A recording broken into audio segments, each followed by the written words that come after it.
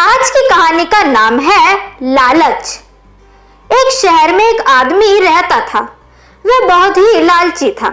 उसने सुन रखा था कि अगर संतों और साधुओं की सेवा करे तो बहुत ज्यादा धन प्राप्त होता है। ये सोचकर उसने साधु संतों की सेवा करना प्रारंभ कर दिया। एक बार उसके घर बड़े ही चमत्कारी संत आए। उन्होंने उसकी सेवा से प्रसन्न होकर उसे 4 दिए दिए और कहा, इनमें से एक दिया जला लेना और पूरब दिशा की ओर चले जाना। जहां ये दिया बुझ जाए वहां की जमीन को खोद लेना, वहां तुम्हें काफी धन मिल जाएगा। अगर फिर तुम्हें धन की आवश्यकता पड़े तो दूसरा दिया जला लेना और पश्चिम दिशा की ओर चले जाना। जहां ये दिया बुझ जाए वहां की जमीन खोद लेना, तुम्हें मन चाहिए माया मिल जाएगी। फिर भी संतुष्टि ना हो तो तीसरा दिया जला लेना और दक्षिण दिशा की ओर चले जाना। उसी प्रकार दिया बुझने पर जब तुम वहां की जमीन खोदोगे तो तुम्हें बेअंत धन मिलेगा।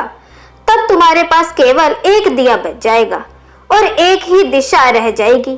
तुम्हें ये दिया ना ही जलाना है और ना ही इसे किसी उत्तर दिशा की तरफ लेकर जाना है। ये कहकर संत चले गए। लालची आदमी उसी वक्त पहला दिया जलाकर पूरब दिशा की ओर चला गया। दूर जंगल में जाकर दिया बुझ गया। उस आदमी ने उस जगह को खोदा तो पैसे भरी एक गागर उसको मिली। वह बहुत ही खुश हो गया। उसने सोचा कि इस गागर को फिलहाल यही रहने देता हूँ, फिर कभी ले जाऊंगा। पहले मुझे जल्दी ही पश्चिम दिशा वाला धन देख लेना चाहिए। ये सोचकर उसने दूसरे दिन दूसरा दिया जलाया और पश्चिम दिशा की ओर चल पड़ा। दूर एक उजाड़ स्थान में जाकर दिया बुझ गया। वहां उस आदमी ने जब जमीन खोदी तो उसे सोने की मोहरे भरा एक घड़ा मिला। उसने घड़े को भी यही सोचकर वहीं रहने दिया। पहले दक्षिण दिशा में जाकर ये देख लेना चाहिए कि और कितना धन बचा है। जल्दी जल्दी से ज्यादा धन प्राप्त करने के लिए वह बहुत ज्यादा बेचैन हो गया। अगले दिन वह दक्षिण दिशा की ओर चल पड़ा। दिया एक मैदान में जाकर बुझ गया। उसने वहां की जमीन खोदी तो उसे हीरो मोतियों से भरी 2 पेटियां मिली। वह आदमी अब और भी ज्यादा खुश हो गया। तब वह सोचने लगा, अगर इन तीनों दिशाओं में इतना धन पड़ा है तो चौथी दिशा में इससे भी ज्यादा धन होगा। फिर उसके मन में ख्याल आया कि संत ने तो उस चौथी दिशा की ओर जाने के लिए मना किया है। दूसरे पल उसके मन में आया, हो सकता है उत्तर दिशा की दौलत संत अपने लिए रखना चाहता हो।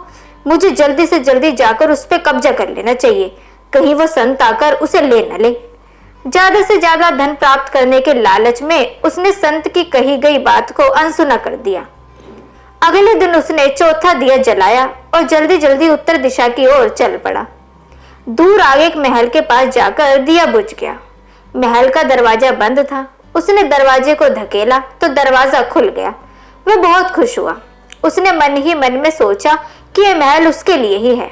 वह अब तीनों दिशाओं की दौलत को यहीं पे लाके रखेगा और ऐश करेगा। वह आदमी महल के एक एक कमरे में गया। कोई कमरा हीरो मोती से भरा था। किसी कमरे में सोने की कीमती से कीमती आभूषण भरे पड़े थे। किसी प्रकार के अन्य कमरे में बेअंत धन से भरा हुआ था। वह आदमी चकाचौंध हो गया। इतना सारा धन, अरे बाप रे! अपने भाग्य को शाबाशी देता रहा कि मैंने न जाने कैसे ऐसे कर्म किए हैं जो मेरे को इतने धन की प्राप्ति हो गई। वह जरा और आगे बढ़ा तो उसे कमरे में एक चक्की चलने की आवाज सुनाई दी। वह उस कमरे में दाखिल हुआ तो उसने देखा कि एक बूढ़ा आदमी चक्की चला रहा है। लालची आदमी ने बूढ़े से कहा, तू यहाँ कैसे पहुंचा? बूढ़े ने कहा, ऐसा कर, ये जरा चक्की चला, मैं सांस लेकर तुझे बताता हूँ। लालची आदमी ने चक्की चलानी प्रारंभ कर दी। बूढ़ा चक्की से हट जाने पर ऊंची ऊंची हंसने लगा। लालची आदमी उसकी ओर हैरानी से देखने लगा। वह चक्की बंद ही करने लगा कि बूढ़े, इस चक्की को बंद मत करना, इसे चलाते रहो। फिर बूढ़े ने, ये महल अब तेरा है, परंतु ये उतनी देर तक खड़ा रहेगा जितनी देर तक तू चक्की चलाता रहेगा। अगर चक्की चलनी बंद हो गई तो महल गिर जाएगा और तू भी इसके नीचे दबकर मर जाएगा। कुछ समय रुककर बूढ़ा फिर कहने लगा, मैंने भी तेरी ही तरह लालच करके संतों की बात नहीं मानी और मेरी सारी जवानी इस चक्की को चलाते हुए बीत गई। वह लालची आदमी बूढ़े की बात सुनकर रोने लगा। फिर कहने लगा, अब मेरा इस चक्की से छुटकारा फिर कैसे होगा? बूढ़े ने कहा, जब तक मेरे और तेरे जैसा कोई अन्य लालची आदमी अंधा होकर यहाँ नहीं आ जाता तब तक तू इसी तरह चक्की चलाता रहेगा। तब उस लालची आदमी ने बूढ़े से आखिरी सवाल पूछा, तू अब बाहर जाकर क्या करेगा फिर?